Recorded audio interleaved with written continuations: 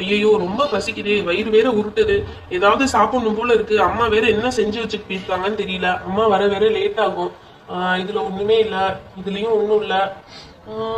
சரி வேற இதுல என்ன வச்சிருக்காங்கன்னு ஒன்னொன்னா திறந்து பாத்துருவோம். ஐயோ இதுவும் காலியா இருக்கே, எல்லாமே காலியா இருக்கு, எதுவுமே சமைச்சு வைக்கல போல இருக்கே.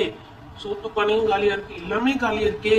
என்ன இவன் கிச்சனுக்குள்ள வந்து என்ன உருட்டிட்டு இருக்கான்? இவன் வெளியே இருக்கான்னு பார்த்தா இங்க வந்து நின்னுட்டு இருக்கான். டேய் வாடா போய் என்னன்னு கேட்போம். டேய் சிவா, இங்க வந்து நின்னு என்னடா பண்ணிட்டு இருக்க? உனக்காண்டி வெளியே எவ்வளவு நேரம் வெயிட் பண்றது? காலிங் பெல் அடிச்சுட்டே இருக்கா, வந்து யார் வந்திருக்காங்கன்னா எட்டி பாக்குறியா ஃபூல்?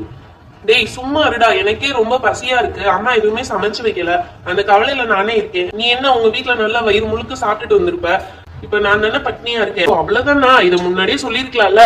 முன்னாடியே சொல்லிருந்தா என்ன செஞ்சிருப்ப? ஏதாவது சமைச்சா தர போற?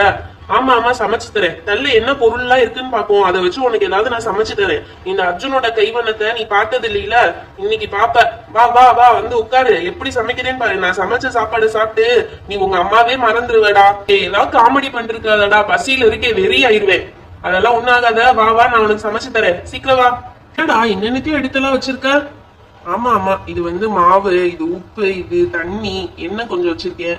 உனக்கு ஒரு சூப்பரான ஐட்டம் செஞ்சு தரேன், சரியா? அது வரையும் அமைதியா இருக்கணும். ஏய் காலிங் பெல் வெளியே அடிக்குதுடா, போய் யாருன்னு பாத்துட்டு வா. ஆமா காலிங் பெல் அடிக்குது, ஒருவேளை வெளியே போன அம்மா வந்துட்டாங்களோ.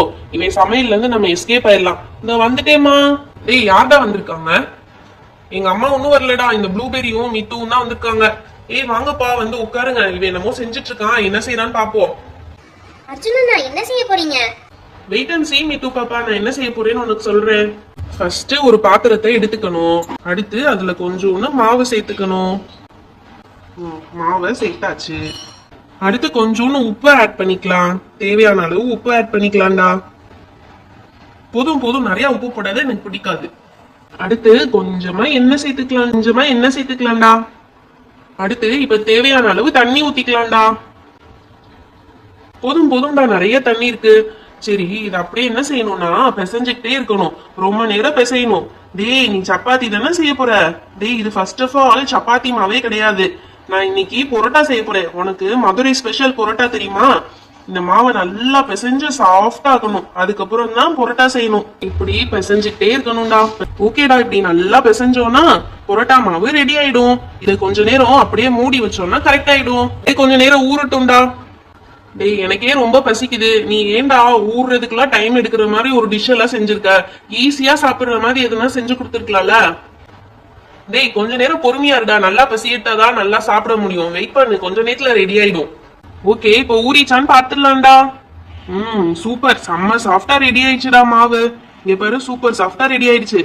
இத நம்ம இப்ப சின்ன சின்ன பால்ஸா உருட்டி வச்சுக்க போறோம், அப்பதான் பொரோட்டா செய்யறதுக்கு கரெக்டா இருக்கும். இப்ப சின்ன சின்ன பால்ஸா உருட்டிடலாமா?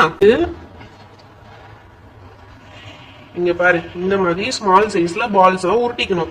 உருட்டி இதுலயே உரமாச்சிடலாம்டா. டேய் நான் உருட்டவாடா? ஏய் வேணாண்டா, உருட்ட வேணா, நானே பாத்துக்கிறேன், எல்லாரும் போட்டு உழப்பிட்டு இருக்க தேவையில்ல. இப்படி சின்ன சின்ன பால்ஸா உருட்டி இப்படி வச்சிடணும், அப்பதான் பொரோட்டா ஸ்ப்ரெட் பண்றதுக்கு கரெக்டா இருக்கும். இங்க பாத்தியா எப்படி வருதுன்னு? கடையில செய்யற மாதிரி சூப்பரா வருதுல்ல. ஏய் நீ எல்லாமே தெரிஞ்சு வச்சிருக்கடா, எல்லாமே எப்படா கத்துக்கிட்ட நீங்க? ஆமாடா, எல்லாத்துலயும் ஒரு இன்ட்ரெஸ்ட் இருந்தாதான் கத்துக்க முடியும். பாத்தியா சூப்பரா செஞ்சாச்சு. டீ பொரோட்டா எல்லாம் ஹெல்தி இல்லைன்னு சொல்றாங்களேடா. ஆமா ரெகுலர் எல்லாம் சாப்பிடக்கூடாது, என்னைக்கோ ஒரு நாள் முடியாத பட்சத்துக்கு சாப்பிட்டுக்க வேண்டியதா, டெய்லி எல்லாம் சாப்பிடக்கூடாது, ரொம்ப ரொம்ப அன்ஹெல்திடா. அதுவும் இல்லாம நம்ம கோதுமை மாவுல செஞ்சோம்னா ஒரு பிரச்சனையும் கிடையாது, சாப்பிடலாம். சரி ஓகே, இது எல்லாத்தையும் உருட்டி வச்சாச்சு. அடுத்து அடுப்பை பத்த வச்சு தோசை கல்ல போட்டு மாவை ஸ்ப்ரெட் பண்ணி பொரோட்டாவை போட்டுற வேண்டியதா. அடுப்பை பத்த வச்சு நம்ம தோசை கல்ல மேல வச்சிருவோம், தோசை கல் சூடாகிற கேப்ல நம்ம வந்து இதை ஸ்ப்ரெட் பண்ணிடலாம். ஓகேவா? அடுப்ப தீச்சுடா, நல்லா தோசை கல்ல மேல வச்சிருடா. சூப்பர்டா, இப்ப கல்லு நல்லா சூடாகட்டும். டேய் நான் கடையில எல்லாம் பாத்திருக்கேன்டா, பொரோட்டாவை நல்லா அடிச்சு தேய்ப்பாங்கடா. இப்ப எப்படி அடிச்சு தேய்க்க போற? டேய் அதுக்கு தாண்டா இது வச்சிருக்கேன், இந்த சாப்பிங் போர்ட்ல போட்டு நல்லா அடிச்சு தேய்க்க போறேன்டா. சரி இப்ப என்ன சொல்ற? இது பிரிச்சு இப்படி அடிச்சு ஸ்ப்ரெட் பண்றது தானே சொல்ற? இங்க பாரு, இப்படி தானே பண்ணணும். இப்படி நல்லா ஸ்ப்ரெட் பண்ணி அதை நல்லா பெருசாக்கணும். பெருசாக்குனதுக்கு அப்புறமா இந்த மாதிரி பெருசாக்கணும். ஆக்குனதுக்கு அப்புறமா இதை நல்லா இப்படி இழுத்து ஸ்ப்ரெட் பண்ணி அதை இப்படி சர்க்கிளா பொரோட்டா மாதிரி போடணும். அவ்வளவுதான். இப்ப இதை நல்லா இப்படி உருட்டி சர்க்கிள் ஷேப்ல பொரோட்டா ஷேப்ல உருட்டி இப்ப நல்லா தட்டி விடணும். தட்டும் போது லேசா எண்ணெய் தொட்டு தொட்டு தட்டினா சரியா வந்துரும் பொரோட்டா மாதிரி.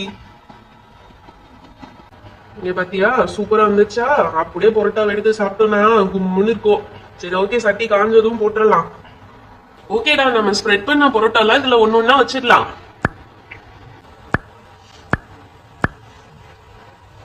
அவ்வளவுதான், எல்லாமே இதாயிடுச்சு. சட்டி வேற நல்லா காஞ்சிருச்சு. நம்ம பொரோட்டா ஒண்ணு போட்டு எடுத்துடலாம்டா.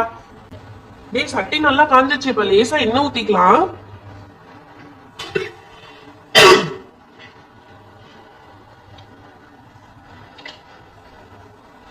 ஓகேடா, இப்ப நம்ம போட்டு வச்சிருக்க பொரோட்டாவை இதுல போட்டு நல்லா சுட்டு எடுத்துடலாம்டா. ஓகேடா, இந்த பொரோட்டா லைட்டா ஒரு சைடு வெந்துருச்சு அப்படின்னு ஒரு சைடு திருப்பி போட வேண்டியதான். என்னடா வெறும் கையிலே திருப்புற? ஆமாடா, எங்க அம்மாலாம் அப்படிதான் சப்பாத்தி சுடையில வெறும் கையிலே திருப்புவாங்க. அது பார்த்து பார்த்து அப்படியே எனக்கும் பழகிச்சு. ஆனா நீங்க செய்யும் போது கையில கிளவுஸ் போட்டு செய்யுங்கடா. ஓகே ஓகே, சூப்பரா வெந்துச்சுங்க. பாத்தியா? சுடுதுடா. இதை அப்படியே எடுத்து ஓரமா வச்சிடலாம். அவ்வளவுதான், பொரோட்டா ரெடி. பொரோட்டாக்கு சால்னாவும் ரெடி. ஓகேவா? எம்மியா இருக்கா? இப்ப சாப்பிட ஆரம்பிச்சிடலாமா? டேய் டேய், காமிச்சுட்டே இருந்தா எப்படிடா? வேகமா எடுத்து தாடா சாப்பிடறதுக்கு. இதோ வைக்கிறேன்டா, அவசரப்படாதடா. உனக்கு ஒரு பரோட்டா போதுமா? டேய், இருக்கிற பசியில ஒன்னே சாப்பிடுவேன், எனக்கு 2 வச்சிருடா. ஓகே ஓகே, அப்ப எல்லாருக்கும் 2 வச்சு கொடுத்துடுறேன்டா. இங்க பாரு, சால்னா எப்படி என்ன சொட்ட சொட்ட சூப்பரா இருக்கு பத்தியா? அப்படியே 2 பரோட்டாவை பிச்சு போட்டு சால்னா ஊத்தி சாப்பிட்டோம்னா செம்மையா இருக்கும். வாசனை பாரு, கம்ம கம்மன்னு வருது. என்னடா சாப்பிடும் போது உன் பசிக்கு நீ கொஞ்சம் வேகமா சாப்பிடு. இந்தாங்கப்பா, நீங்களும் சாப்பிடுங்க. டேய், கடைசியில அண்ணனை விட்டியே, எனக்கு கொஞ்சம் கூடா. தரேன்டா, உனக்கு இல்லாமையா? இன்னும் இருக்கு, நிறைய இருக்கு. ஏய், எப்படா இவ்வளவு டேஸ்டா பண்ண? கடையில சாப்பிடுற மாதிரியே இருக்குடா, செம்ம டேஸ்டா இருக்குடா. அதுதான் அர்ஜுன்ங்கிறது. இப்ப பாரு நான் எப்படி சாப்பிட போறேன்னு. இந்த பொரோட்டாவை இப்படி தொட்டு தொட்டுலாம் சாப்பிடக்கூடாது. இது இப்படியே பிச்சு போட்டு, எப்படி பிச்சு போட்டோமா இந்த மாதிரி பிச்சு நல்லா போட்டு அது மேல சால்னாவை ஊத்தி, சால்னா சொதன்னு ஊத்தணும். ஊத்தி அப்படியே பரட்டி சாப்பிட்டோம்னா செம்மையா இருக்கும்டா. இந்தா சாப்பிட்டு பாரு. ஹாய் ஃப்ரெண்ட்ஸ், இந்த பரோட்டா வீடியோ உங்களுக்கு பிடிச்சிருந்தா லைக் அண்ட் ஷேர் பண்ணுங்க. இன்னும் நிறைய பேர் நம்ம சேனல்ல சப்ஸ்கிரைப் பண்ணாம பார்த்துட்டு இருக்கீங்க. மறக்காம சப்ஸ்கிரைப் பண்ணிடுங்க. அப்பதான் இன்னும் நிறைய இன்ட்ரெஸ்டிங்கான வீடியோஸ் உங்களுக்கு வரும். Thank you, bye bye. Meet you on next video.